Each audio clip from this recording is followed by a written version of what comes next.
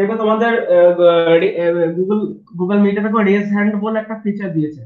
ওটা করলে বোধহয় আমার কাছে নোটিফিকেশন আসতে পারে। একটা পাচ্ছ অপশনটা কেউ পাচ্ছ তোমরা? Raise hand.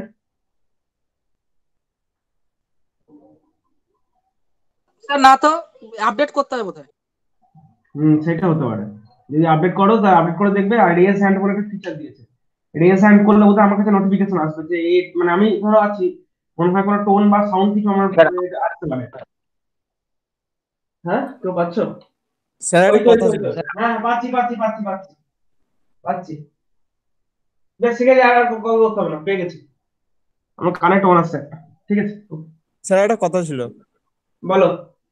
বলছি স্যার, এই যে সুইচ গিয়ারের অ্যাটেন্ডেন্সটা কোথায় আছে? সুইচ গিয়ারে অনলাইন। অ্যাটেন্ডেন্স সিটটা এখনো বানানো হয়নি আমার। ও, আমি কিছুই করতে ঠিক পারিনি, আছে। বিশাল জমে গেছে, মানে বিরাট লেভেলে জমে গেছে। ঠিক আছে, আমি এখন করে উঠতে পারিনি। ও আচ্ছা স্যার, ঠিক আছে, আমি ওই জন্য জিজ্ঞাসা করলাম, কারণ আমি অ্যাটেন্ডেন্স হুম। গুলো খুঁজছিলাম তো পাই না। না, সুইচ গিয়ার অ্যাটেন্ডেন্স লিস্ট করাই হয়নি অ্যাটেন্ডেন্স লিস্ট। ঠিক আছে স্যার। আছে, রেকর্ড আছে, লিস্টটা বানানো হয়নি। ওকে। তো এসজিবি তে আগের দিন অয়েল সার্কিট ব্রেকারটা কমপ্লিট করেছিলাম এবং ওটার অ্যাডভান্টেজ ডিসঅ্যাডভান্টেজ এগুলো বলেছিলাম। এসজিবি তে আজকে এটা বলতে হবে, সেটা হচ্ছে এয়ার এয়ার সার্কিট ব্রেকার বা এয়ার ব্লাস্ট সার্কিট ব্রেকার। এটা ছোট্ট জিনিস, কিচ্ছু নেই, একবারে ছোট, খুব easy concept. Air blast circuit breaker, আরেকটা আছে তোমার SF6। তো এই দুটো জিনিস আজকে যতটা পারছি কভার করার চেষ্টা করি।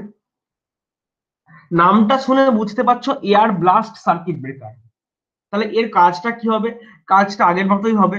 আগে যেরকম দেখতে তোমরা যে একটা থাকতো ফিক্সড কন্ট্যাক্ট, আর এই ফিক্সড কন্ট্যাক্টের সঙ্গে একটা কাজ করে থাকতো মুভিং কন্ট্যাক্ট, তাই তো? মুভিং কন্ট্যাক্টটা ধরো মুভ করতে পারে, যখনই মুভ করবে এই জায়গাটা আর্কিং প্রডিউস হবে। তোমরা এতক্ষণ যেটা করেছিলে, এটার অ্যাক্সিয়াল বা ক্রস, তোমরা কি করেছিলে? অয়েল ফ্লো করিয়েছিলে। বা তোমার অনেক সময় ফ্লো করেনি, আমরা অয়েলটাকে এমনি রেখে দিয়েছি। এখানে অয়েলটার মধ্যে যখনই আর্কিং ফর্মেশন হয়েছে, বাবেল প্রডিউস হয়েছে, হ্যাঁ, ওই হাই প্রেসার টার্বুলেন্স তৈরি হয়েছে, আর কোয়েন্ট হয়েছে। এয়ার ব্লাস্ট কথাটা থেকে বুঝতে পারছো, এই একই কাজ করানো হবে, অয়েলের জায়গায় থাকবে এয়ার। কিন্তু নর্মালি এয়ার, কি মনে হয় যে আমার নর্মাল এয়ার দিলে কি হবে? নর্মাল এয়ার মানে আমি যেটা বলতে চাইছি, ধরো আমাদের নর্মাল এয়ার মানে যেটা আমরা মানে ইনহেল করছি সেই এয়ার। তো সেই যে এয়ার বলছি, সেই এয়ারের যে কোনো জিনিস তোমরা জানো যে এয়ার কি করে, এয়ারের মধ্যে কি কি জিনিস থাকে। ধরো আমি অলমোস্ট 70% থাকে তোমার নাইট্রোজেন, ঠিক আছে, 18 পয়েন্ট সামথিং থাকে তোমার অক্সিজেন, বা 20 হচ্ছে এটা, 20% থাকে অক্সিজেন, আর বাকি হাবি জাবি হ্যানা তেনা 1.4% ভেপার, এইসব জিনিস থাকে, আরো আদার্স গ্যাস ট্যাস হ্যানা তেনা মিলে মিশে থাকে। তো এয়ারের হচ্ছে এই সব জিনিস এয়ারে থাকে। এর মধ্যে খেয়াল করো, আমরা জানি কি যে কোনো জিনিস জ্বালাতে গেলে এয়ার লাগে। অটোমোবাইলস বলো, যে কোনো জিনিস আমরা যখন কম্বাসন করতে হয়, এয়ার আমার মাস্ট নেসেসারি। এয়ারের বেসিক্যালি কোনটা নেসেসারি? এই অক্সিজেনটা। এখানে একমাত্র অক্সিজেনই হচ্ছে সবাইকে মানে যে কোনো জিনিস জ্বালাতে ইনসিস্ট করে, হেল্প করে। বাকিটা কিন্তু খুব একটা কাজে আসে না।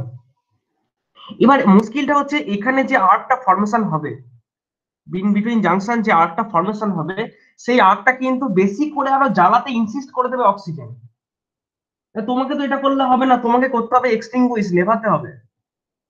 তাহলে নেভানোর জন্য কি এখানে কোনো গ্যাস কি দায়ী? নেভানোর জন্য সত্যি কথা বলতে সেভাবে কেউ দায়ী নেই। কালী পুজোর মোমবাতি দেওয়ার সময় খেয়াল করো তোমরা যে হাওয়া দিলে কি হয়, মোমবাতিটা নিভে যায়, এটাই প্রবলেম হয়। আবার দেখো ওই মোমবাতির আগুনটা জ্বালাতে গেলে তুমি যদি ওটাকে কাঁচের ইয়ের মধ্যে ঘিরে দাও, মানে মোমবাতিটা জ্বেলে তার উপর কোনো কাঁচের টপ বসিয়ে দাও, মোমবাতিটা 2 মিনিটে নিভে যাবে। কেন? অক্সিজেন পাবে না। তার মানে জ্বালাতে গেলেও অক্সিজেন লাগবে, নেভাতে গেলেও, মানে জ্বালাতে গেলেও এয়ার লাগবে, নেভাতে গেলেও এয়ার লাগবে। এই দুটোর মধ্যে মেজর ডিফারেন্স কি? জ্বালাতে গেলে তোমার নর্মাল এয়ার লাগবে, যেটা নট মানে মুভ করছে না, ফ্লো করছে না। আর যে কোনো ফায়ারকে এক্সটিংগুইশ করতে হলে you need a flow of air. শুধু তাই নয়, high flow of air.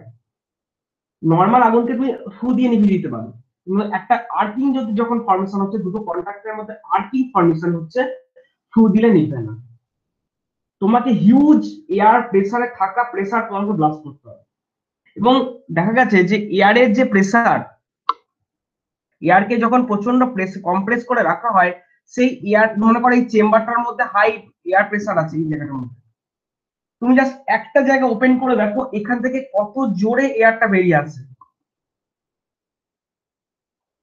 High রোডের ধারে প্রায়ই হচ্ছে দেখবে লরিগুলো টায়ার ফেটে যায়, টায়ার ব্লাস্ট করে, কিরকম বিভৎস জোরে শব্দ হয়।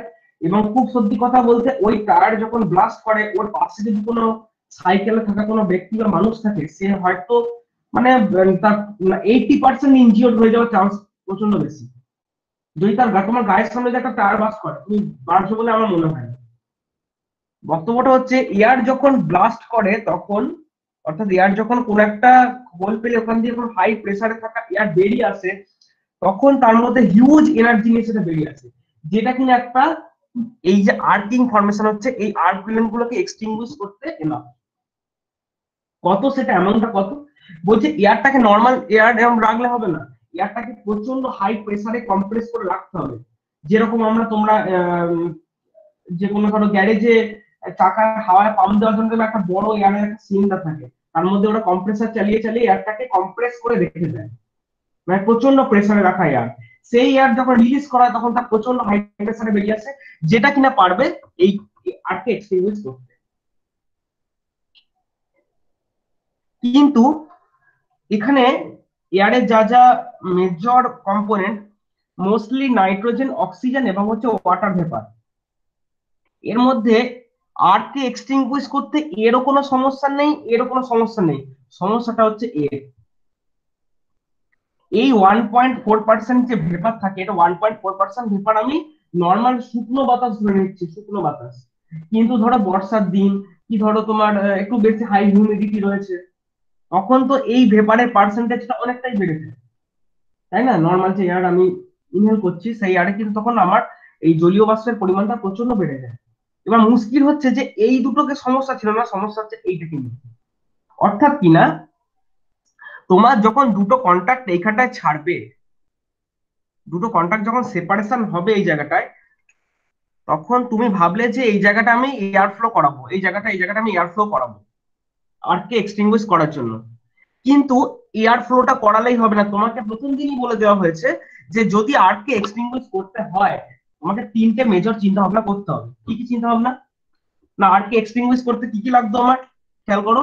এক নম্বর লাগতো আমার ডিস্টেন্স, এই প্রপার ডিস্টেন্স একটা লাগতো। দ্বিতীয় লাগতো, দেখো খেয়াল করো, ডাইইলেকট্রিক স্ট্রেংথ, প্রচন্ড হাই লাগতো। ডাইইলেকট্রিক স্ট্রেংথ মানে কি, যে এই জায়গাটা তুমি যখনই সরিয়ে নিচ্ছ তখন এখানে তোমার ধরো একটা ক্যাপাসিটার তৈরি হচ্ছে, এই জায়গাটা ইনসুলেটিং মিডিয়াম। তো এই ইনসুলেটিং মিডিয়ামটা অ্যাকচুয়ালি যখন আর্থিং হচ্ছে মানে কি, এটা ব্রেকডাউন হচ্ছে ইনসুলেটিং মিডিয়ামটা। তোমাকে কি করতে হবে, এই জায়গার যে আয়োনাইজড কম্পোনেন্ট গুলো রয়েছে, আয়োনাইজড কম্পোনেন্ট গুলোকে তোমাকে বার করে দিতে হবে। এই আয়োনাইজড কম্পোনেন্ট গুলোকে তোমাকে বার করে দিতে হবে, যাতে করে এইখানকার ডাইইলেকট্রিক স্ট্রেংথটা অনেকটা বাড়িয়ে দেওয়া যায়। এবার তুমি যদি এমন একটা এয়ার ভেতরে ভরে দিচ্ছ যে এয়ারের মধ্যে হিউমিডিটি রয়েছে, বুঝতে পারছো সমস্যাটা কোথায়? এই এয়ারের মধ্যে যদি হিউমিডিটি থাকে, তো তুমি এয়ারটা যে সরিয়ে দিলে, দিয়ে ভাবলে যেখানে এয়ার দিয়ে আমি প্রচন্ড এয়ারের ফ্লো করাবো, কিন্তু সেই এয়ারটা হাই হিউমিডিটি, তার মানে কি এখানকার ডাইইলেকট্রিক স্ট্রেংথটা কিন্তু মেনটেন হবে না, তোমাকে এখানে আবার আরেকটা স্ট্রাইক করে যাবে। কারণ কি, এখানে কি আছে, ওয়াটার ভেপার মানে H2O, ও তো হাই ভোল্টেজের চাপে এমনি ভেঙে গিয়ে H+ ও H- করে ফেলবে, আয়োনাইজড হয়ে যাবে। তুমি আয়নগুলোকে সরাতে চাইছো, যে এয়ার দিয়ে সরাতে, সেই এয়ারের ভিতরেই H+ ও H-, ঝামেলাটা এখানে। তার মানে তোমাকে একটা জিনিস কনফার্ম দিতে হবে, যে যে এয়ারটা আমি এখানে দেব, ফ্লো করাবো, এই জিনিসটা থাকলে চলবে না, এই ওয়াটার ভেপার ব্যাপারটি থাকলে আমার চলবে না। তাহলে কি করতে হবে? তাহলে হচ্ছে এয়ারের যে কম্প্রেসারের সাথে আরেকটা জিনিস লাগাতে হবে, ঠিক আছে? যেটাকে বলা হয় হিউমিডিটি, তোমার যেটা কাজটা হচ্ছে বেসিক্যালি এই ওয়াটার ভেপারকে রিমুভ করে, মানে হিউমিডিটি ব্যাপারটাকে রিমুভ করে দেয়।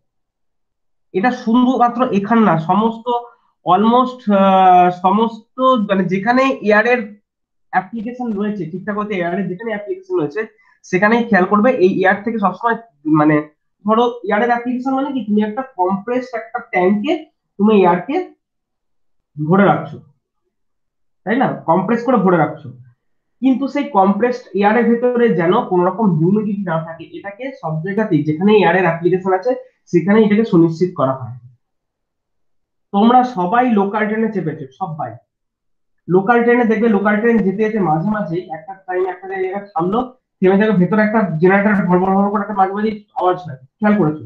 যদি মোটর কোচে চাপো, নর্মাল কোচ বলছি না, যদি মোটর কোচে চাপো, মোটর কোচে দেখবে কিছুক্ষণ ধরো 2-3টা স্টেশন যাচ্ছে, আর মাঝে মাঝে খেয়াল করো ভিতরে একটা কম্প্রেসার চলছে, আওয়াজটা শুনতে পাওয়া যায়, ধর ধর ধর করে চলে, আওয়াজ শুনতে পাওয়া যায়। ওই কম্প্রেসারটার কাজ হচ্ছে একটা বড় ট্যাঙ্ক আছে, সেই ট্যাঙ্কের ভেতরে এয়ারটাকে রাখা, এবং ও যে এয়ারটাকে কম্প্রেস করে বাতাস থেকে এয়ারটাকে কম্প্রেস করে রাখছে, তখন সেখানে কিন্তু হিউজ হিউমিডিটি রয়েছে ওই জায়গাটাতে, ওয়াটার ভেপারটা। যেটা করা হয়, এই ওয়াটার ভেপারটাকে ইনস্ট্যান্টলি রিমুভ করে দেওয়া হয়, অর্থাৎ আরেকটা মাইক্রো প্রসেসর কন্ট্রোল একটা ছোট ডিভাইস থাকে, দেখবে ট্রেন মাঝে মাঝে যেতে যেতে করে মানে আওয়াজ করে মাঝে মাঝে, খেয়াল করবে। ওরা করে কি, ওই যন্ত্রটা করে কি, এয়ার থেকে পুরো হিউমিডিটিটাকে বার করে নেয়, বার করে নিয়ে হিউমিডিটিটাকে পুরো ছেড়ে দেয় খোলা বাতাসে, মানে কম্প্রেস এয়ার থেকে হিউমিডিটিটা বার করে নিয়ে সেপারেট করে নিয়ে ছেড়ে দেয়। তো এই কম্প্রেসড মানে যেখানে এয়ারের আমার স্টোরেজ থাকবে সেখানে আমাকে মাথা রাখতে হবে যে এই হিউমিডিটি রিমুভারটাকে আমাকে লাগাতেই হবে। এবং এর ক্ষেত্রে আমরা কি করব, আমরা হচ্ছে ধরো এরকম দুটো কন্ট্যাক্ট আছে, সেই কন্ট্যাক্টের মাঝখানে একটা আমার এয়ার ফ্লো এর জায়গা রাখবো, ধরো এরকম আমি একটা এয়ার ফ্লো এর জায়গা রাখবো, সেই এয়ার ফ্লোটা এখানে একটা ভালভ আছে, ঠিক আছে, এখানে একটা ভালভ আছে, এই ভালভটা এদিকে এদিকে ঘুরতে পারে আর কি। এখন ধরো ভালভটা বুঝতে পারছো এয়ার পাস থেকে ব্লক করে রেখেছে, এখানে এয়ারের একটা রিজার্ভার থাকে এয়ারের, এখানে প্রচন্ড হাই প্রেসারে এয়ারটাকে রাখা হয়, প্রচন্ড হাই প্রেসারে। যখন এই কন্ট্যাক্ট দুটো সরবে ঠিক সেই মোমেন্টে এই ভালভটাকে ওপেন করে দেওয়া হবে, সেই মোমেন্টের জন্য ওপেন করে দেওয়া হবে। এইখানে গিয়ে এই হাই প্রেসারে থাকা এয়ার এইখানটা গিয়ে স্টার্ট করবে। কিন্তু তার আগে যখন এয়ার রিজার্ভারের মধ্যে এয়ারটাকে হাই প্রেসারে রাখা হয়েছে, তখনই এর সাথে ওই হিউমিডিটি রিমুভার, যেটা এখান থেকে হিউমিডিটিটাকে বার করে দেওয়া হয়, সেটা আলাদা যন্ত্র থাকে, ও এয়ারটাকে কম্প্রেস করে রাখে এবং ওখান থেকে হিউমিডিটিটাকে বার করে দেয়। অর্থাৎ এখানে যে এয়ারটা পাঠাবো সেই এয়ারের মধ্যে নো ওয়াটার ভেপার, কোনো ওয়াটার ভেপার কিন্তু থাকবে না। এবং যদি প্রশ্ন করো যে এখানে এয়ারের প্রেসার কত, এয়ারের প্রেসারটা হচ্ছে 20 থেকে 30 মধ্যে লাই করে, 20 to 30 KG per cm square, KG per cm square, semi square এটা 1 সেন্টিমিটার, আর এই 1 সেন্টিমিটার 1/1, মানে এইটুকু জায়গার ভেতরে 20 থেকে 30 কেজি, কতটা হাই প্রেসারে রাখা হয় তোমরা বুঝতে পারছো। 20 to 30 কেজি বা সেমি স্কোয়ারে আমার এয়ারটাকে রাখা হয়, যখন ব্লাস্টিং এর দরকার আমার এয়ারটাকে এখানে এই, এবং মাথা রাখতে হবে এয়ারটা কিন্তু একদম শুকনো, অর্থাৎ no water vapour is present here. এটাকে ব্লাস্ট করাবো আমরা, ব্লাস্ট করিয়ে তারপরে, তাহলে আমি নিশ্চিন্ত, মানে এই এত হিউজ প্রেসার ব্লাস্ট করলে আর আরামসে এক্সটিংগুইশ হয়ে যাবে। এবার এইটা হচ্ছে আমার এয়ার প্লাস সার্কিটের মেন ফান্ডা। তো আমি কিভাবে এয়ারটাকে ফ্লো করাবো, না তার উপরে 3 রকম ক্লাসিফিকেশন, ওই আগের মতোই, আগের মতো একই ক্লাসিফিকেশন আছে তোমাদের। তো ধরো আমি, বুঝতেই পারছো যে ধরো, ও বাবা কালো পেনটা কি আছে? ধরো এই একটা কন্ট্যাক্ট আর এই একটা কন্ট্যাক্ট সরবে, মানে এটা ফিক্সড কন্ট্যাক্ট, এটা মুভিং কন্ট্যাক্ট, মুভিং কন্ট্যাক্ট এদিকে মুভ করে যাবে। এয়ারটাকে যদি আমি এই বরাবর ফ্লো করাই এয়ারটাকে, তখন আমি তাকে বলবো অ্যাক্সিয়াল ব্লাস্ট।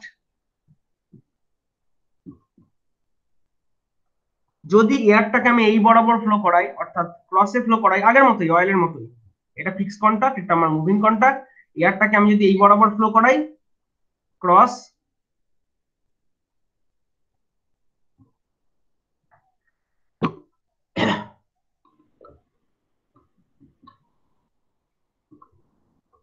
আচ্ছা আগে এই অ্যাক্সিয়াল আর ক্রসটা বলে দিই। মানে ক্রসটা বললেই তোমার ওর পরে যেটা আছে ওই ইয়েটা তোমার কি বলো ওটাকে, অ্যাক্সিয়াল ক্রস, এটা তোমার রেডিয়াল। অ্যাক্সিয়াল ক্রস আর রেডিয়াল, মেকানিক্যাল টার্ম গুলো মনে থাকে না আমার।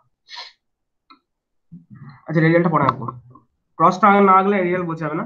আরেকটা হচ্ছে যেটা আমি দুদিকেই ফ্লো করাবো, ঠিক আছে, অর্থাৎ মানে সেক্ষেত্রে কন্ট্যাক্টের শেপটা একটু অন্যরকম হবে, এরকম টাইপের হবে আর কি, এরকম টাইপের হবে। এয়ারটাকে আমি এদিক দিয়ে ঢোকাবো, এদিক দিয়ে বার করবো। এটা হচ্ছে তোমার রেডিয়াল, অ্যাক্সিয়াল, ক্রস আর হচ্ছে রেডিয়াল। তো এই তিন রকম এয়ার কে কিভাবে চার্জ করবো অ্যাকর্ডিংলি আমার এয়ার ব্লাস্ট সার্কিট ব্রেকারকে তিনটে জাস্ট ক্লাসিফিকেশন আছে, ঠিক আছে। তো প্রথম যেটা আছে তোমাদের হচ্ছে অ্যাক্সিয়াল ব্লাস্ট।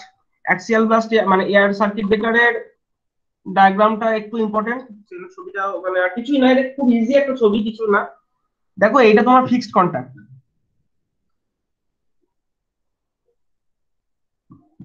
এটা তোমার ফিক্সড কন্ট্যাক্ট। এই ফিক্সড কন্ট্যাক্ট থেকে আরেকটা কি থাকবে, একটা তোমার বুঝতে পারছো, একটা হচ্ছে মুভিং কন্ট্যাক্ট। তো মুভিং কন্ট্যাক্টটাকে এইভাবে আঁকো,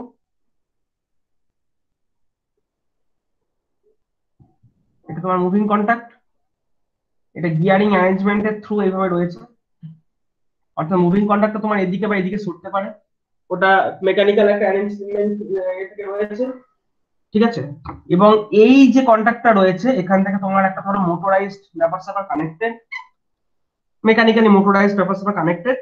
আরেক কিছু হচ্ছে এই কন্ট্যাক্টটাকে তোমাকে দেখো ফ্লো করাতে হবে অ্যাক্সিয়াল।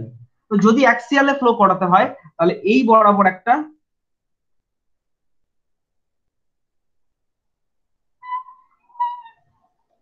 চেম্বার রয়েছে, মানে শেপ রয়েছে, এই বরাবর একটা তোমার নজেলের মতো, নজেল যেরকম দেখতে হয় ওই নজেল শেপের একটা কন্ট্যাক্ট এই বরাবর রয়েছে।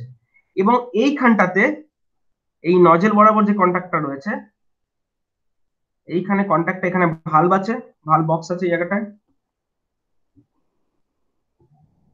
ভালভ বক্স আছে, সেই লাইনটা এসে কানেক্টেড তোমার এয়ার রিজার্ভার থেকে, ঠিক আছে, এটা এয়ারের রিজার্ভার, সেটার সাথে কানেক্টেড এটা। এবং এই ভালভটা অবশ্যই অপারেট করছে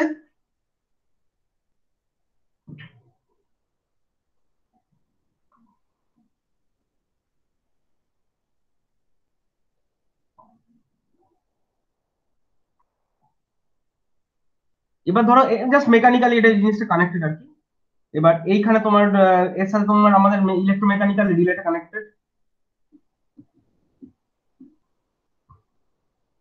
অর্থাৎ তুমি যখনই এই রিলেটা দুটো পয়েন্ট একটা ভোল্টেজ চার্জ করবে, রিলেটা অন হবে, রিলেটা অন হয়ে একটা প্লাঞ্জারকে টানবে, টানলেই তোমার এদিকে হয়তো মোটরাইজ কন্ট্রোলে কন্ট্যাক্টটাও সরবে অ্যাজ ওয়েল অ্যাজ এই ভালভটাও খুলবে।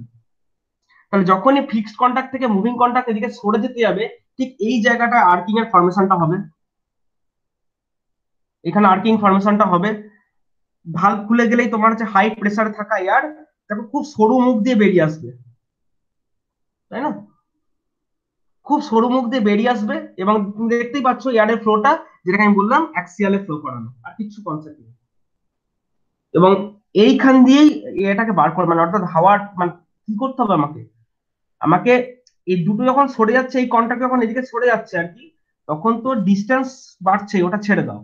আমাকে কি করতে হবে, এখানকার আয়োনাইজড এয়ার গুলোকে মানে আয়োনাইজড যে কম্পোনেন্ট গুলো, পার্টিকেল গুলো রয়েছে ওগুলোকে ইমিডিয়েটলি রিমুভ করতে হবে। যত তাড়াতাড়ি, যত হাই প্রেসারে রিমুভ করবে তত তাড়াতাড়ি আর্কিং এক্সটিংগুইশ হবে, সেটাই করা হচ্ছে। এর মুখে ডিরেকশনটা দেখো, আর্কিং ইয়েগুলোকে অর্থাৎ হাই আয়োনাইজ পার্টিকেল গুলোকে এই বরাবর বার করে দেয়, দিয়ে এয়ারে খোলা বাতাসে রিলিজ করে দেয়, আর কিচ্ছু না। তো এইভাবে জিনিসটা ডিজাইন করা, আর কিছুই খুব একটা ইয়ে নেই।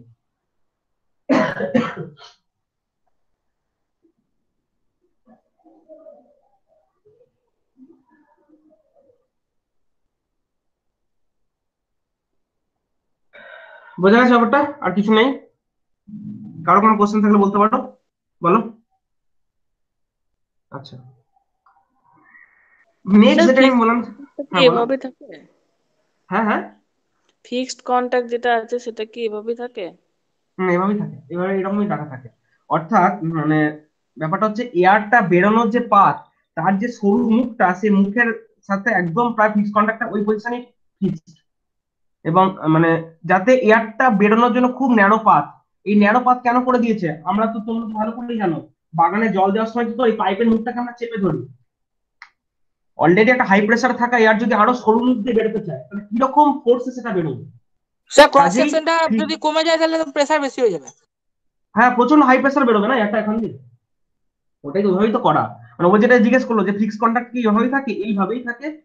এবং এর যে সরু মুখটা জাস্ট একদম এই যে তোমার এই গ্যাপিংটা শুরু হচ্ছে, এই গ্যাপিং এর একটু সামনে ফিক্স কন্টাক্ট, অর্থাৎ এটা আমাদের অত ভেতরও না, এই নজরের মুখটার একদম সামনে, যাতে করে আর্কিংটা এরকম খোলা বাতাসের মধ্যে এখানে আর্কিংটা তৈরি হবে।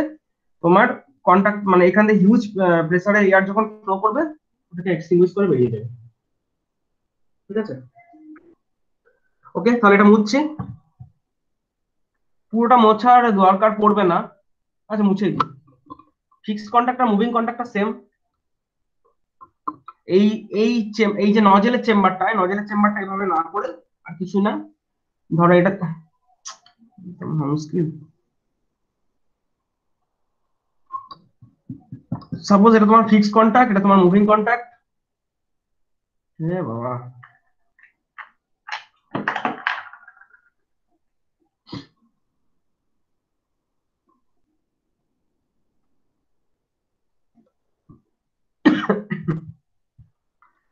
এবার এখানে কি করছি আমি, উপরটা বলছি, উপরটা দেখার মতো জায়গা, এবারে দেখার মতো নয় মানে ওই রকম আর কি।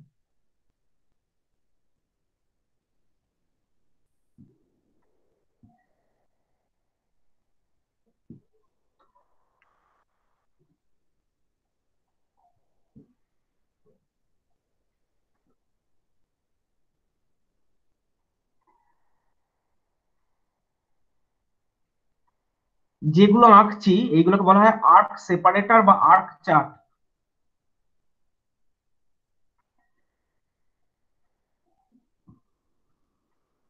এইগুলোকে বলা হয় আর্ক সেপারেটর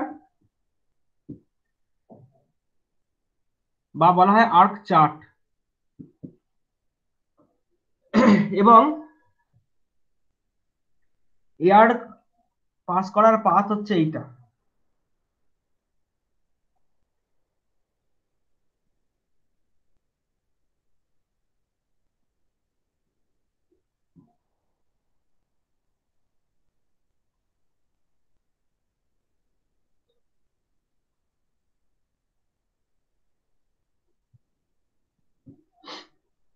অর্থাৎ এক্ষেত্রে যেটা হবে, ধর এটা আমার মোটরাইজ কন্ট্রোলে কানেক্টেড ছিল, কানেক্টেড থাকে, এই উপরে পার্টটা সরতে পারে।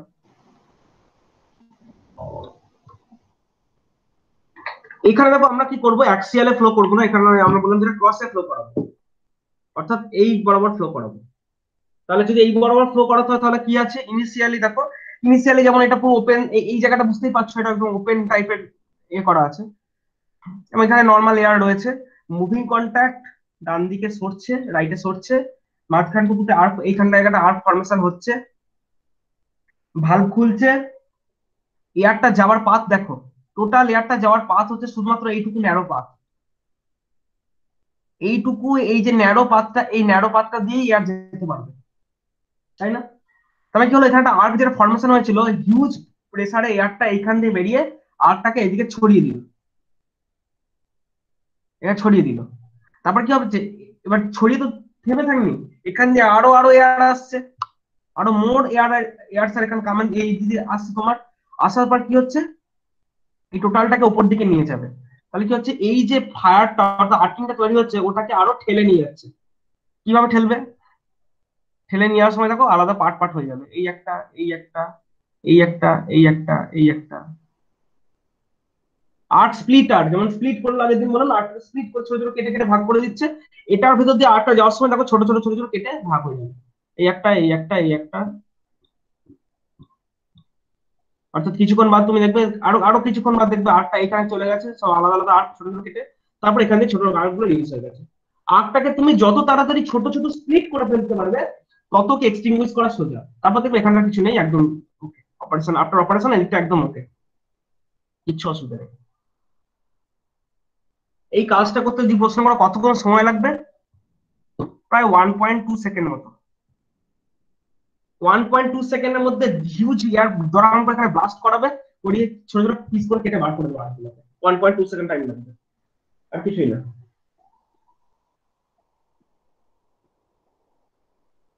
বোঝা গেছে সবার ব্যাপারটা?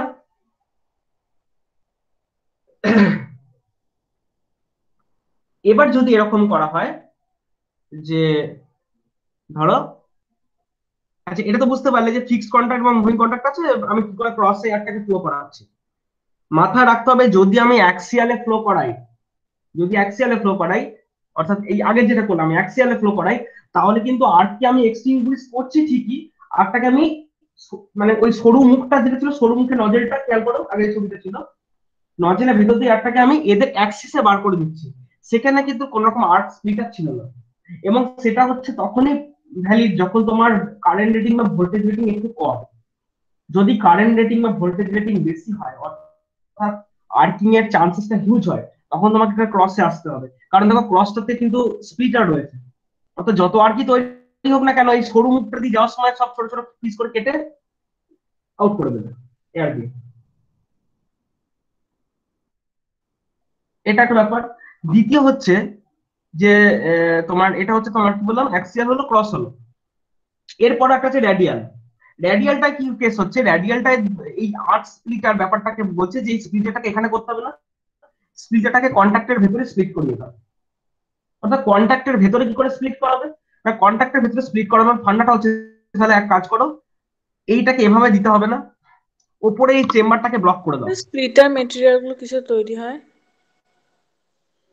কপার, হাই তোমার কপার হয়, বা তোমার হাই গ্রেডেড স্টিল হয়, যেটা কিন্তু হাই টেম্পারেচারটাকে ইয়ে করতে পারবে, সহ্য করতে পারবে। তুমি যদি বিভিন্ন মেটেরিয়াল হতে পারে, তুমি যদি ইয়ে দেখো, তোমাদের ঘরে যে এমসিবি, এমসিবির ভেতরে যে স্প্লিটারটা আছে ওটা পুরো পিওর কপারের তৈরি, মানে হাই হাই টেম্পারেচার অ্যাবজর্ব করতে পারে আর কি, সহ্য করতে পারবে। আর এই বড় সড়ো জিনিসগুলোর ক্ষেত্রে হাই গ্রেডেড স্টিল, স্টিলই একমাত্র খুব হিউজ টেম্পারেচারটাও নিতে পারে। আচ্ছা ভাবো না বলছিলাম বাড়ির তোমার এমসিবিটা খুলে দেখা। ফার্নেসের ভেতর, বাড়ির একটা ভাঙা এমসিবি আমাদের কাছে আছে নাকি দেখবো, যদি থাকে তোমাদের যদি ভাঙা এমসিবিটাকে খুলে দেখো, একটা আর্ট স্পিকার দেখতে পাবে, এরকম আটটাকে ছোট ছোট পিস করে কেটে ভাগ করে দেওয়ার একটা আর্ট ছোট স্পিকার আছে।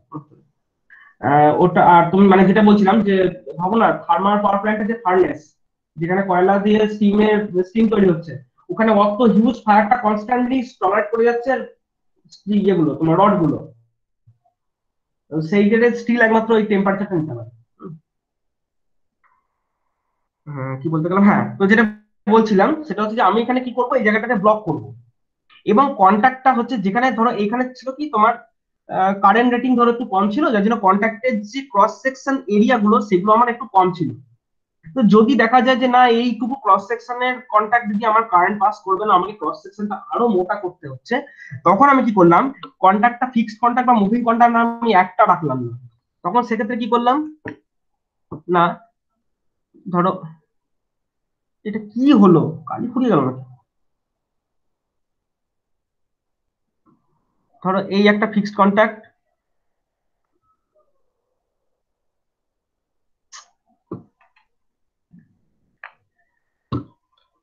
কালি করতে হবে,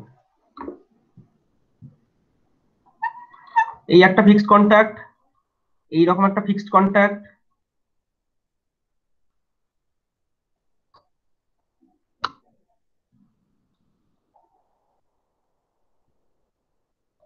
আর এই হচ্ছে মুভিং কন্ট্যাক্ট গুলো।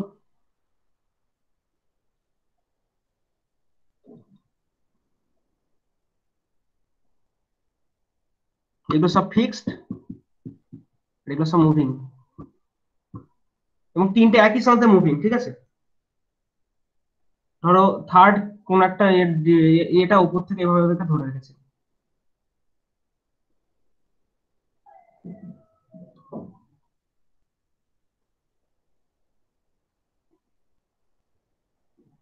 ঠিক আছে, উপর থেকে এভাবে জিনিসটাকে ধরে রেখেছে। আর কি করেছে, এই পাথটাকে দিয়েছে ব্লক করে পুরো, অর্থাৎ যেখান দিয়ে আগে আরেকটা ফর্মেশন হচ্ছে, এই পাথটাকে পুরো ব্লক করা আছে।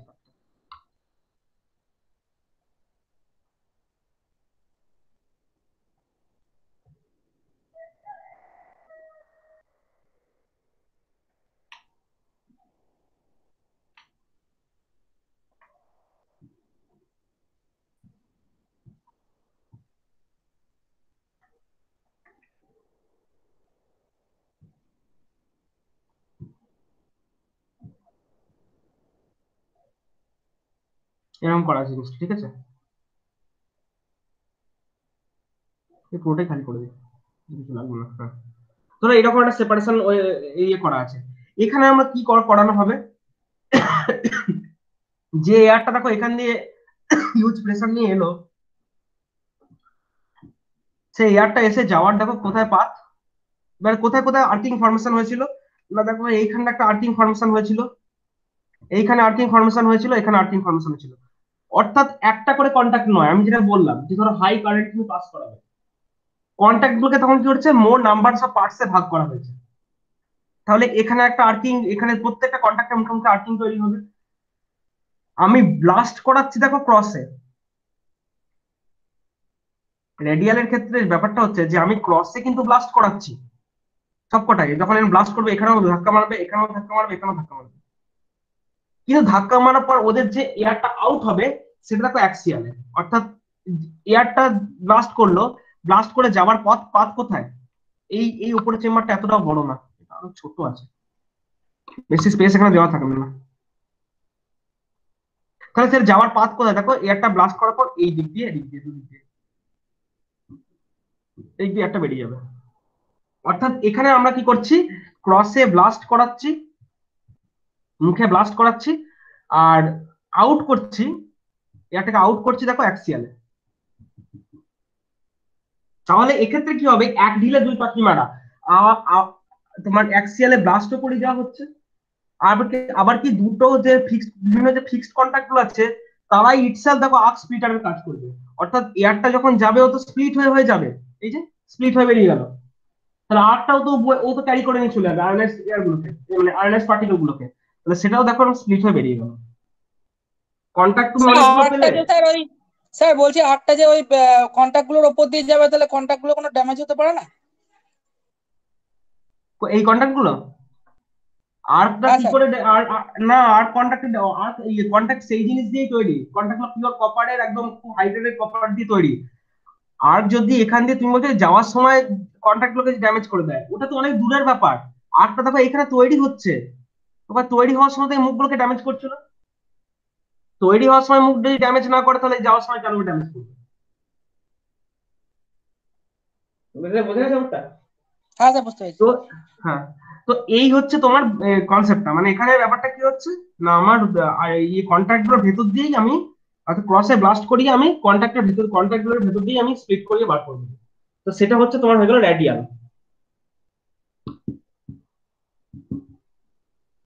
তো এই তিন রকম তোমার circuit, air blast, circuit breaker, এই তিন রকমের হতে পারে। নর্মালি মোস্টলি যেটা ইউজ করা হয় ক্রস ব্লাস্ট গুলো ব্যবহার করা হয়, এবং ইন দা অর্ডার অফ, শুরু হচ্ছে তোমার 66 কেভি থেকে শুরু হয়, প্রায় 110 কেভি তো আমাদের সিস্টেমে নেই, মানে 220 কেভি এখন আর দেয় না, আগে দিত, আগে 220 কেভিতেও তোমার এয়ার ব্লাস্ট সার্কিট ব্রেকার দিত, এখন আর দেয় না। এখন এটাকে লিমিট করে দিয়েছে প্রায় 110 কেভি অব্দি, তোমার 110 কেভি বা ওই রকম রেঞ্জে, মানে ম্যাক্সিমাম তুমি 220 কেভি অব্দি এয়ার ব্লাস্ট ইউজ করতে পারো, তার বেশি ইউজ করা কখনোই উচিত নয়। কেন উচিত নয়, কারণ কিছু অ্যাডভান্টেজ কিছু ডিসঅ্যাডভান্টেজ আছে, সেগুলো আমরা জানবো, তারপর আমরা বুঝতে পারবো যে কেন আমরা এই ভোল্টেজের উপরে নেমে আর এয়ার ব্লাস্ট ইউজ করতে পারছি না। এয়ার ব্লাস্ট আমরা খুব লো ভোল্টেজের দিকে ইউজ কখনোই করবো না, কারণ, আচ্ছা আগে অ্যাডভান্টেজ আর ডিসঅ্যাডভান্টেজ গুলো বলে দিই, তোমাদের কি কি লাগছে অ্যাডভান্টেজ, কি কি কিরম কিরম কি অ্যাডভান্টেজ লাগছে একটু বলো, কারো কি কিছু মনে পড়ে একটু বলো।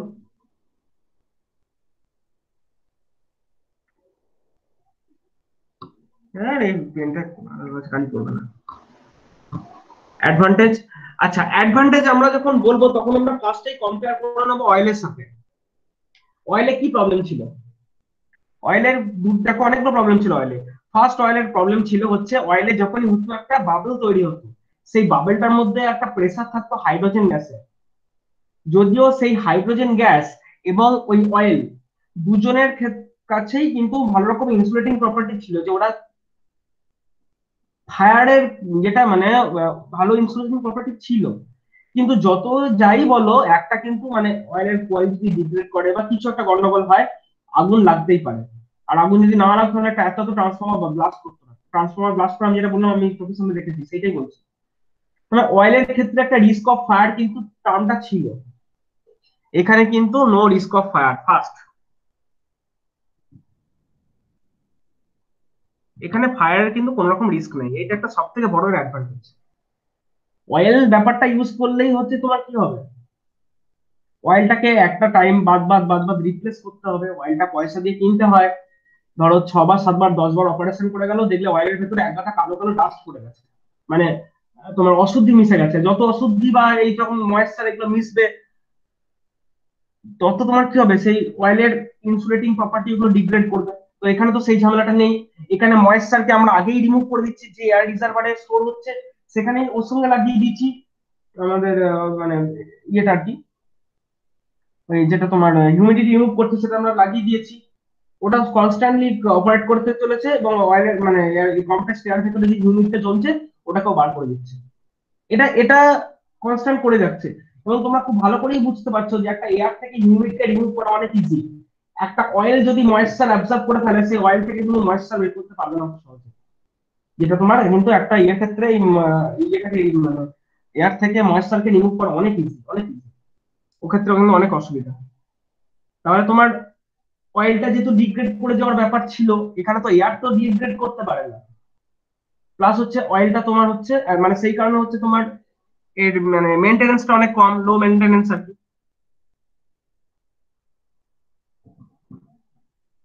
থার্ড, তোমরা বুঝে গেছো অয়েলটা একটা পয়সা দিয়ে কিনতে হতো, প্রাইস পয়সা দিয়ে কিনতে হতো। এয়ার তো ইয়েতেই পাওয়া যায়, তোমার হচ্ছে মানে যার কস্ট অফ অপারেশন অনেক কম। রিলায়েবল বেশি। রিলায়েবিলিটি অয়েলের থেকে একটু বেশি অবশ্যই, তবেই না আমরা একটু হায়ারে উঠে এসে আমরা এটা ব্যবহার করছি। এটাকে অয়েলের সঙ্গে যদি কম্পেয়ার করি, মোর রিলায়েবল দেন অয়েল বলা যেতে পারে। নাহলে অয়েলের থেকে একটু বেশি রিলায়েবল তো অবশ্যই বটে। তারপরে তোমার হচ্ছে ডাইইলেকট্রিক স্ট্রেংথটা হাই।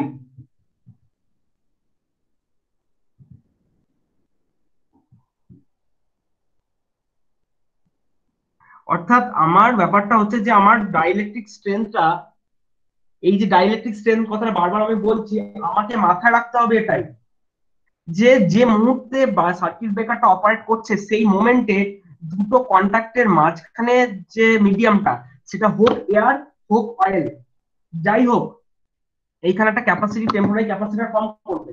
আমার কিন্তু এই জায়গাটা ডাইইলেকট্রিক স্ট্রেংথটা যতটা সম্ভব কি, মানে ও কি করতে ধরে, এখানে যখন একটা আর্কিং হয়েছে, আর্কিং হচ্ছে মানে কি, আর্কিং এর ভেতর দিয়ে কারেন্ট পাস করছে, তাই না?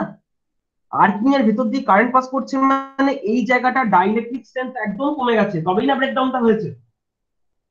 তোমাকে এইখানকার পার্টিকেল মিডিয়ামগুলোকে যত তাড়াতাড়ি সম্ভব রিমুভ করে দিয়ে, যত তাড়াতাড়ি সম্ভব রিমুভ করে দিয়ে এই জায়গাটা ডাইইলেকট্রিক স্ট্রেংথটা আগের জায়গায় ফিরিয়ে দিতে হবে। মানে হায়ার ডাইইলেকট্রিক স্ট্রেংথ এই জায়গাটায় কনস্ট্যান্ট তোমাকে প্রোভাইড করতে হবে ডিউরিং অপারেশন। সেটা কি মনে হয়, অয়েল তাড়াতাড়ি ফ্লো করতে পারবে না এয়ার তাড়াতাড়ি ফ্লো করবে? ভালো করে জানো, অয়েল নিশ্চয়ই এত তাড়াতাড়ি 1.2 সেকেন্ডে একদম করে খালি ফ্লো করতে পারবে না, যেটা এয়ার পারবে। তার মানে হায়ার ডাইইলেকট্রিক স্ট্রেংথ প্রভিশনটা কিন্তু তুমি এয়ারের ক্ষেত্রেই পাবে, দেখো অয়েলের ক্ষেত্রে কিন্তু পাবে না। ঠিক আছে? তো এই সমস্ত জিনিসগুলো হচ্ছে তোমার এয়ার সার্কিট ব্রেকারের অ্যাডভান্টেজ। এইসব জিনিসগুলো আরো দু একটা আছে, বইয়ে দেখতে হবে। ডিসঅ্যাডভান্টেজ মানে মেন মেন গুলো বললাম। আর কি মনে হচ্ছে এয়ার সার্কিট ব্রেকারের ডিসঅ্যাডভান্টেজ কোথায় আছে, কেউ একটু বলো তো, একটু জাস্ট ভেবে বলো।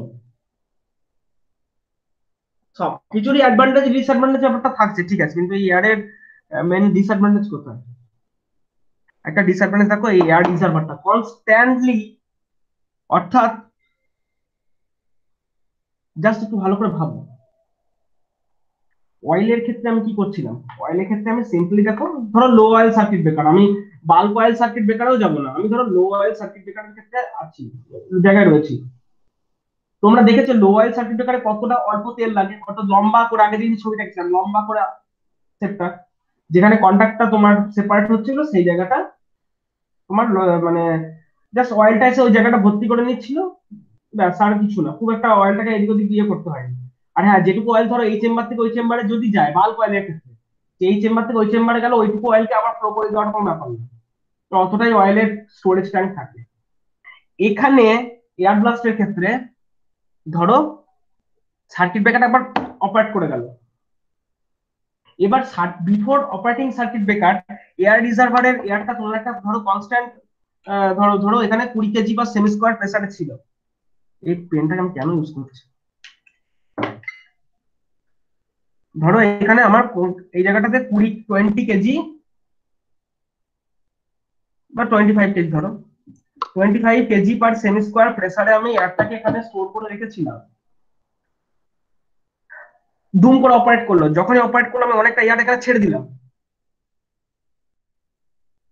এইটা প্রেসারটা থাকবে, কমবে।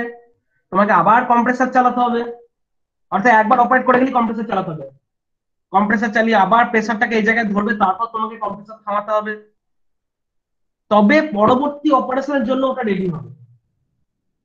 অর্থাৎ একবার অপারেট করে গেল এয়ারের প্রেসার কিন্তু এটা থাকে না, দুম করে এয়ার প্রেসারটা ফল করে যাবে, তোমাকে আবার কম্প্রেসার চালিয়ে রিজার্ভারের ট্যাঙ্কের এয়ার প্রেসারটাকে আবার তুলতে হবে এই জায়গায়, যতক্ষণ না তুমি পরবর্তী অপারেট করছো, মানে এইটা এই জায়গায় পৌঁছবে তবে তোমার পরের মতো অপারেশনটা হবে, তার আগে হবে না। কারণ এই জায়গায় সাফিসিয়েন্ট এয়ার প্রেসারটা না রাখতে পারলে এই আর্টটা কোয়েঞ্চিং নাও হতে পারে, সার্কিট ব্রেকারটা ম্যাল ফাংশন করতে পারে। সেই কারণে too much frequent operation not permissible, যে একবার অপারেট করলে আবার একবার অপারেট করবো, আবার একবার অত তাড়াতাড়ি অপারেশন হবে না, একবার করলে কিছুক্ষণ টাইম দাও, কম্প্রেসার চলবে, এয়ার প্রেসারটা আবার ওই জায়গায় উঠলো, তারপর too much frequent operation not possible. দ্বিতীয় হচ্ছে এই কম্প্রেসারটা চালাতে গেলে একটা খরচা লাগে, কম্প্রেসারটা তুমি যে বারবার ফ্রিকোয়েন্ট কম্প্রেসার অপারেশনের জন্য একটা কস্টিং কিন্তু এখানটায় এসে চলে আসে, যেটা অন্য কোথাও এই ঝামেলাটা ছিল না। এই কম্প্রেসার যদি খারাপ হয়ে যায় ভাবো না কি অবস্থা হবে। যদিও একটা মেন কম্প্রেসার থাকে, অক্সিলারি কম্প্রেসার থাকে, অর্থাৎ একটা সার্কিট ব্রেকারের পিছনে অ্যাকচুয়ালি দুটো ট্যাঙ্ক, একটা মাস্টার ট্যাঙ্ক আর একটা বোধহয় অক্সিলারি ট্যাঙ্ক এরকম থাকে, আবার ওই দুটোর এগেইনস্টে দুটো আলাদা আলাদা কম্প্রেসার, যে একটা মাস্টার কম্প্রেসার ফেল করলেও আর একটা অক্সিলারি কম্প্রেসার থাকে, ওর ব্যাকআপ ওটা, মানে এত কিছু ব্যাকআপ দিয়ে একটা সার্কিট ব্রেকার তৈরি করে, যার কারণে অল ওভার সার্কিট এই কস্ট অফ অপারেশনটা লো ছিল, কস্ট অফ অপারেশন লো ছিল, কিন্তু এর যে মানে ব্রেকারের প্রাইসটা কম বেশি, ব্রেকারটা একটু কস্টলি, যা হয় দামি জিনিস এটাই তো হয়, আমরা যদি বাজার থেকে দামি জিনিস কিনি ওটা পিছনে যে অপারেশনটা অনেক সময় দেখা যায় যে পয়সাটা কম লাগে, আবার যদি সস্তা জিনিস কিনি তার পিছনে প্রচুর টাকা ইনভেস্ট করতে হয়, এটাই ব্যাপার আর কি। আমার ব্রেকারটা একটু কস্টলি বাট আমার কস্ট অফ অপারেশনটা লো। আর যেটা সব থেকে বড় ডিসঅ্যাডভান্টেজের কথা আসছিলাম, যে কেন আমরা 220 কেভির ওপরে গিয়ে আমি আর এই জিনিসকে ব্যবহার করতে পারছি না, যে আমি বা 100 বইয়ে লেখা আছে 110, অ্যাকচুয়ালি 220 কেভি অব্দি এয়ারলস সার্কিট ব্রেকার আছে আমাদের সাবস্টেশন গুলোতেই আছে, কিন্তু এর বেশি আমরা যেতে পারছি না এই জিনিসে। তার কারণ একটা বড় কারণ হচ্ছে, বলছে এই যে এই এয়ার থেকে আমি মানছি আমি হিউমিডিটি সরিয়ে দিলাম, হিউমিডিটি সরিয়ে দিলেও কোনো জিনিসটাই 100% হিউমিডিটি রিমুভ করা একদম পসিবল নয়। দ্বিতীয় কথা হচ্ছে যে এয়ারটাকে আমি ইয়ে করা মানে করবো আর কি, সেই এয়ারের আর্থ কোয়েঞ্চিং প্রপার্টি অয়েলের থেকে মেবি একটু ভালো হতে পারে, অয়েলের থেকে একটু ভালো, কিন্তু তোমার অয়েলের থেকে একটু ভালো হলেও সমস্যাটা হচ্ছে যে তোমার এই যে এয়ারটা তুমি ইয়ে করছো আর কি, মানে পাঠাচ্ছ এখান দিয়ে, সেই এয়ারটাকে কনস্ট্যান্ট এয়ারের রিজার্ভের মধ্যে অ্যাভেলেবিলিটি একটা সমস্যা চলে আসে। তো এই দুটো কারণের জন্য তোমার হচ্ছে যে ডাইইলেকট্রিক স্ট্রেংথটা এখানে প্রোভাইড করার কথা সেটা up to 220 KV it's okay, 220 কেভির ভেতরের মধ্যে যে ডাইইলেকট্রিক স্ট্রেংথ প্রোভাইড করার কথা সেটা ওকে, তার জন্য অসুবিধা নেই। কিন্তু মেজর সমস্যা হচ্ছে যে এই হিউমিডিটি রিমুভার যেটা, অর্থাৎ যেটা তোমার হিউমিডিটিকে রিমুভ করছে, ঠিক আছে, ময়েশ্চারটাকে রিমুভার যেটা আছে, এই ময়েশ্চার রিমুভারটার পারফরমেন্সের উপর ডিপেন্ড করে। এই ময়েশ্চার রিমুভারটা কিভাবে কাজ করে তোমাদেরকে আমি মানে জাস্ট এখানে বোঝানোর একটু চেষ্টা করছি, ব্যাপারটা কিরকম কিছু না। ধরো তোমরা তোমরা যদি দেখতে চাও যে ময়েশ্চার ব্যাপারটা কি রকম, আমি একটা বলেছি, বাড়িতে সবার বাড়িতেই পুরোনো ইনজেকশন রয়েছে, যে ইনজেকশন আমাদের শরীরে ইউজ করা হয়, পুরোনো ইনজেকশন, ইঞ্জেকশনের সুচটা খুলে ফেলে দাও, ওটা লাগবে না। যেখান দিয়ে দেখবে হাওয়াটা বেরোয় ওই মুখটাকে তুমি কোনো রাবার বা কিছুতে একদম মানে পুরো একদম টাইটলি সিল করে দাও। মানে ইঞ্জেকশনটা তুমি খোলা অবস্থায় রাখো, ওই মুখটাকে সিল করে দাও, দিয়ে এই পিস্টনটাকে খুব জোর প্রেস করার চেষ্টা করো। দেখবে তুমি পুরোটা প্রেস করতে পারবে না, কিন্তু যতটা তোমার প্রেস করার ক্ষমতা হবে তারপর দেখবে ওই উপরটায় দেখবে ধোঁয়ার মতো হয়ে গেছে। মানে একটা ইঞ্জেকশন তুমি ধরো নিয়েছো এরকম,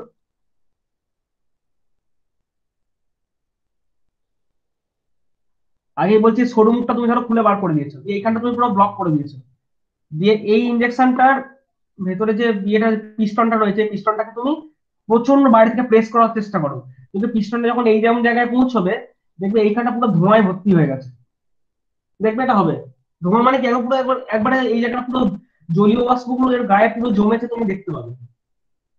ভেতরে যদি ওই চেম্বারটার মধ্যে এমন কিছু অ্যারেঞ্জমেন্টের ব্যবস্থা রাখো যে সঙ্গে সঙ্গে ওই বাইরের গায়ে জমে থাকা জলীয় বাষ্পটাকে মুছে নিয়ে ওটাকে তোমার একটা সেপারেট পর্দা দিয়ে মাইক্রোপ্রসেসর কন্ট্রোল পর্দা আর কি, মানে যখনই একটা সেন্স করলো এটাকে মুছে নিয়ে পুরো আলাদা করে মানে ওই জলটাকে বার করে দিল, অর্থাৎ এইটাকে কমপ্রেস করে এখানে জলের ফোঁটা তৈরি করে ফেলবে, সেই ফোঁটাটাকে আলাদা ভাগ দিয়ে বার করে দেবে, সেরকম ম্যানেজমেন্ট হয়। তো সেই উপায়ে এটাকে হিউমিডিটি গুলোকে যতটা পারা যায় রিমুভ করা যায়, কিন্তু 100% হিউমিডিটি রিমুভাল একটা কম্প্রেস এয়ার থেকে কখনোই পসিবল নয়, যতটা পারা যায় রিমুভ করা যায়। সেই কারণে এয়ার ব্যাপারটা, এই যে এয়ার, এই এয়ারের অপারেশনটা কিন্তু অনেকটা সময় ভ্যারিয়েবল হয়ে যায়।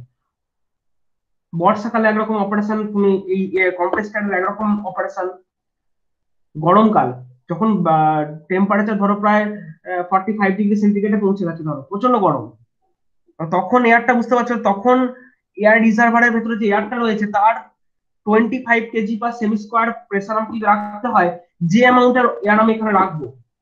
যখন ওটা শীতকাল হবে, শীতকালে কি হয়, গ্যাসিয়াস মিডিয়াম বুঝতেই পারছো, শীতকাল তোমার টেম্পারেচার ধরো কমে গেছে, ধরে নাও 13 ডিগ্রি কি 9 ডিগ্রি টেম্পারেচার, তখন তখনকার 25 কেজি পার সেমি স্কোয়ার প্রেসারে এয়ারের ভলিউম বুঝতে পারছো যে এয়ারের ভেতরে কিন্তু মানে তোমার গ্যাসেস যেগুলো একটু তাদের ইন্টার ডিস্টেন্সটা কমে গেছে, কারণ কি আরো বেশি পরিমাণ এয়ার তখন রয়েছে। এবার সিজনাল যে চেঞ্জ, এই seasonal change, temperature variation, humidity variation, এইগুলোর উপর এয়ারের অপারেশন অনেকটা ডিটোরিয়েট করে যায়, যার কারণে একটা পার্টিকুলার ভোল্টেজ অবধি আমি এই হিউজ প্রেসারটা রেখে করতে পারছি। তার বেশি যখন তুমি 400 কেভি 750 কেভিতে উঠবে তখন দেখা যাচ্ছে এই সব এয়ার দিয়ে আর করা পসিবল নয়। বেসিক্যালি এয়ার ব্লাস্ট সার্কিট ব্রেকারের কনসেপ্ট হচ্ছে ফু দিয়ে মোমবাতি নেভানো, কিন্তু তুমি পারবে একটা একটা জায়গায় দাউ দাউ করে আগুনকে ফু দিয়ে নেভানো দিকে? অর্থাৎ যেটা বলতে চাইছি যে একটা লিমিটেশন আছে, এর একটা সব ইয়ার হচ্ছে যে এয়ারের লিমিটেশন আছে, এই লিমিটেশনটা হচ্ছে ফর এয়ারের কোয়ালিটি, শুধুমাত্র কোয়ালিটির উপর জন্য এটা ডিপেন্ড করে যায়, কোয়ালিটি আর অ্যামাউন্ট, যেটা বললাম শীতকালে একরকম গরমকালে একরকম। তো এই এয়ারের লিমিটেশন থাকার জন্য একটা পার্টিকুলার ভোল্টেজের উপরে গিয়ে যে আর্কিংটা তৈরি হচ্ছে সেই আর্কিংকে এক্সটিংগুইশ করার ক্ষমতা এয়ার ব্লাস্ট সার্কিট ব্রেকারের নাও থাকতে পারে, এটা একটা ব্যাপার। এবং ফিফথ হচ্ছে কি যেন বললাম, ওই তোমার ডাইইলেকট্রিক স্ট্রেংথ ইস্যু। এইটা কখন বলছি, এইটা হচ্ছে ধরো ব্রেকারটা অপারেট করে গেছে, আফটার অপারেশন, এতক্ষণ আমি যেগুলো বললাম সেগুলো অপারেট করার সময়, এরপর আফটার অপারেশন, আফটার অপারেশন ধরো কিরকম কন্ডিশন অ্যারাইজ হয়েছে না, ধরো এইগুলো তোমার ফিক্সড কন্ট্যাক্ট আর এইগুলো তোমার মুভিং কন্ট্যাক্ট। হুম, তো ফিক্সড কন্ট্যাক্ট মুভিং কন্ট্যাক্ট ভালো কথা, ব্রেকারটা অলরেডি অপারেট করে গিয়েছে, তখন ধরো 220 কিলোভোল্ট নিশ্চয়ই এই ব্রেকারের এন্ড ধরে চলে এসেছে, অর্থাৎ এইটার আর এটার মধ্যে এখন 220 কিলোভোল্ট। দ্বিতীয় কথা, আমি এটাকে কোথায় রেখেছি, আমি আগেই বলছি যে দেখো এইটা হচ্ছে ভালভ, অর্থাৎ হাই প্রেসার যখন এসে ছাড়া হবে তখন এই ভালভটা অপারেট করবে, আদারওয়াইজ এই ভালভটা কিন্তু পাতটাকে বন্ধ করে রেখেছে। তার মানে ওপরের যে পাতটা, অর্থাৎ এই ওপরের যে পাতটা রয়েছে এটা পুরো তো খোলা বাতাসে ছাড়া, কারণ কি তোমার এই এদিক দিয়ে তো এয়ারটা তো এদিক দিয়ে বেরিয়ে যাবে, তার মানে কি এই জায়গাটা হচ্ছে তোমার বাইরের বাতাসটা এসে জায়গাটা ঢুকেছে। এবার মনে করো খুব বর্ষাকাল, তুমি মানছি তুমি এয়ার রিজার্ভারের ভেতরে যে এয়ারটা তার হিউমিডিটি রিমুভ করতে পেরেছো, পারবে কি এই জায়গায় যে এয়ার গুলো রয়েছে তাদের হিউমিডিটি রিমুভ করতে? কারণ এটা বলছি আগে এটা ওপেন করা না, ওপেন মানে কি, মানে এই কন্ট্যাক্ট গুলো ওপেন না, মানে যেখান দিয়ে এয়ারটা যে স্প্লিট হয়ে বেরিয়ে যাবে সেই পাথ গুলোকে ওপেন করা। তার মানে ওখান দিয়ে তো বাইরের এয়ার এসে ঢুকেছে। মানে আফটার অপারেশন আমি ধরে নিচ্ছি দুটো কন্ট্যাক্ট সেপারেট হয়ে আছে, there is sufficient distance in between this contact, but in between this contacts there are some kind of air on whose quality is depending upon your atmospheric weather. সেক্ষেত্রে দাঁড়িয়ে কিন্তু সমস্যাটা তৈরি হবে। অর্থাৎ যদি এই এয়ারটা প্রচুর হিউমিডিটি থাকে সেক্ষেত্রে কিন্তু এই ব্রেকারটার ম্যাল ফাংশন হয়ে যেতে পারে। সেপারেশন রইল অথচ এর ভেতরে কিন্তু একটা এই ডাইলেক্ট্রিক স্ট্রেন্থটা কমে গিয়ে এত হিউমিডিটি হয়ে গেছে, ডাইলেক্ট্রিক স্ট্রেন্থ কমে গিয়ে ব্রেক মানে কোনো একটা গন্ডগোল হয়ে গেল। এই সমস্ত ঝামেলার জন্য কিন্তু একটা পার্টিকুলার ভোল্টেজের উপরে দাঁড়িয়ে কিন্তু এই air blast circuit breaker use করা যাবে না, যেটা কিনা ওর ডিসঅ্যাডভান্টেজ। মানে এয়ারের ডাইলেক্ট্রিক স্ট্রেন্থটাকে তুমি সব জায়গায় ফিক্স রাখতে পারবে না। আশা করি তুমি বুঝতে পেরেছো সমস্যাগুলো কোথায় এবং অ্যাডভান্টেজ বা ডিসঅ্যাডভান্টেজ কি। কারো কোনো কোশ্চেন নেই? বাজে কয়টা? 11:04। আমি জাস্ট একটা কথা বলে ছেড়ে দিচ্ছি, SF6টা আজকে বলবো না, কিন্তু জাস্ট ওর সম্পর্কে কিছু তথ্য বলে ছেড়ে দিচ্ছি। যেগুলো এয়ারের ডিসঅ্যাডভান্টেজ সেই সেই সেই অ্যাডভান্টেজ গুলো গিয়ে দাঁড়িয়েছে তোমার SF6 সার্কিট ব্রেকারে। সালফার হেক্সাফ্লুরাইড, এই গ্যাসটা, এই গ্যাসটার বিশেষ খুব ভালো ভালো কতগুলো প্রপার্টি আছে, খুব ভালো। প্রথম কথা, আমার কোথায় কোথায় প্রবলেম ছিল, ডাইইলেকট্রিক স্ট্রেন নিয়ে আমার এয়ারে খুব ইস্যু ছিল, যে ডাইইলেকট্রিক স্ট্রেন একটা বড় সমস্যা কিন্তু এয়ারে। SF6 বলছে we are providing dielectric strength 2 to 3 Times of air. অর্থাৎ এয়ারের যা ডাইইলেকট্রিক স্ট্রেংথ তার থেকে 2 থেকে 3 গুণ বেশি ক্ষমতা SF6 এর। মানে এই SF6 গ্যাসটার ইনসুলেশন প্রপার্টিটা খুব ভালো, এই ইনসুলেশন প্রপার্টি ভীষণ ভালো। এইটা একটা খুব বড় একটা ভালো একটা অ্যাডভান্টেজ, খুব ভালো এই জিনিসটা। সেকেন্ড প্রবলেম ছিল বাইরে থেকে ডাইইলেকট্রিক স্ট্রেংথ, এই যে বাইরে থেকে মানে বাইরের এয়ারটা যে ঢুকে এখানকার ডাইইলেকট্রিক স্ট্রেংথটাকে ঘাঁটিয়ে দিচ্ছে, SF6 সার্কিট ব্রেকারে বলছে আমরা এই চেম্বারটাকে ক্লোজ করে দিচ্ছি। অর্থাৎ এই চেম্বারটাকে ওপেন রাখবো না, চেম্বারটাকে আমরা ক্লোজ করে দেবো, কোনো অসুবিধা নেই। থার্ড প্রবলেম হচ্ছে এয়ারের ক্ষেত্রে কনস্ট্যান্ট একটা আমার কম্প্রেসার লাগবে। হ্যাঁ, এরও কম্প্রেসার লাগে, কিন্তু পার্থক্যটা হচ্ছে এয়ারটা কি আমি বাতাস থেকে এয়ার কালেক্ট করলাম, কম্প্রেস করে রাখলাম, যখন দরকার অপারেট করে নিলাম, অপারেট হয়ে যাওয়ার পর এয়ারটা বাইরে রিলিজ হয়ে গেল, খোলা বাতাসে রিলিজ হয়ে গেল। SF6 কে আমি খোলা বাতাসে রিলিজ করবো না, আমি ওই যে SF6 গ্যাসটা রিলিজ হয়ে গেল ওই গ্যাসটাকে আমি আবার রিসাইকেল করে কাজে লাগাতে পারবো অয়েলের মতো।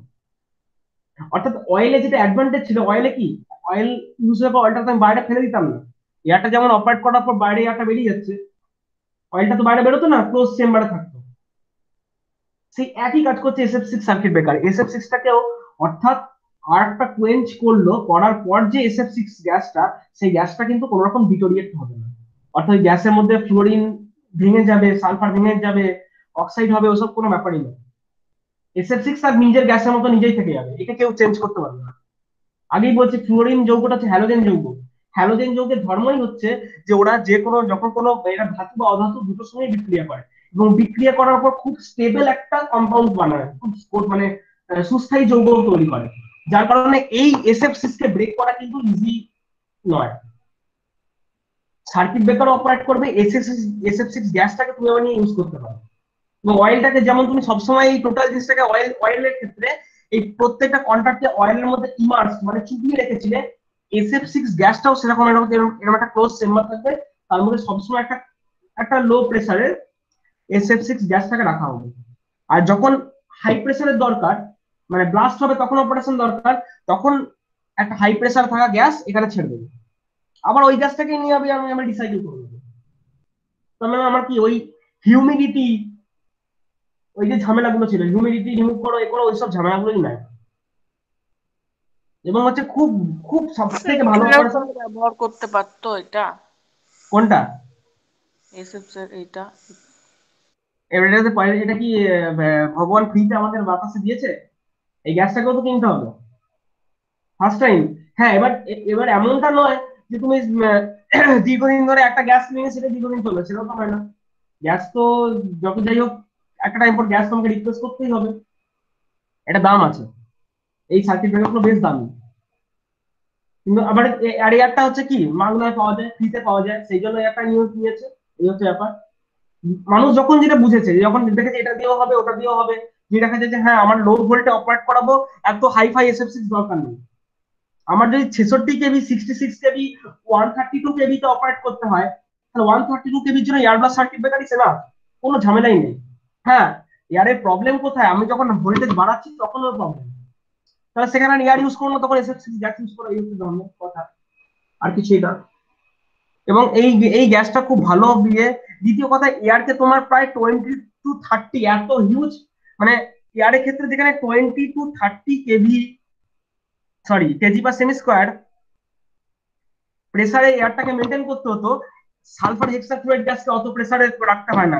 একে প্রায় ওই ধরো 13 থেকে 14, মানে অ্যাকচুয়ালি 14.6 বলে, 14.6 কেজি পার সেমি স্কোয়ার প্রেসারে এটা রাখলেই হবে, এই ব্লাস্ট করালেই হবে, প্রেসারটাও এর থেকে কম। স্যার স্যার হিউমিডিটিও তো কোনো ব্যাপার নেই যে না হিউমিডিটি আমার ঝামেলা নেই, ওটাই তো বড় অ্যাডভান্টেজ।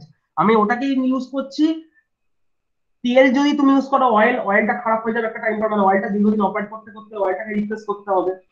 এয়ার তো অপারেট করার পরে এয়ারটা রিলিজ করে দিতে হবে, ওই এয়ারটাকে তুমি ইউজ করতে পারো না সিম্পলি। তার মানে ওগুলো লাগবে, ওই দুটো ঝামেলা থেকে এর মুক্তি। তো সেই জন্য আফটার 132 or 220 কেবি উপরে বিয়ন্ড, একদম এই জিনিস। পরের দিন সালফার হেক্সাফ্লুরাইড গ্যাসের সার্কিট ব্রেকারের উইথ ডায়াগ্রাম ছবিটা বলবো, ওটা কিন্তু প্রত্যেক বছরই পরীক্ষায় আসে। অয়েল সার্কিট ব্রেকার থেকে একটা কোশ্চেন আসে, ওই লো অয়েলটাই মেনলি আসে, যে ছবিটা ওপেন করেছিলাম। আর এই সালফার হেক্সাফ্লুরাইড প্রায় প্রতি বছরই পরীক্ষায় আসে, এর কনস্ট্রাকশনটা একটু মানে দেখে নেবে, আমি পরের দিন এটা তুলবো। তো এই হচ্ছে ব্যাপার। কারো কোনো কোশ্চেন বা কিছু বলার থাকলে বলো একটু।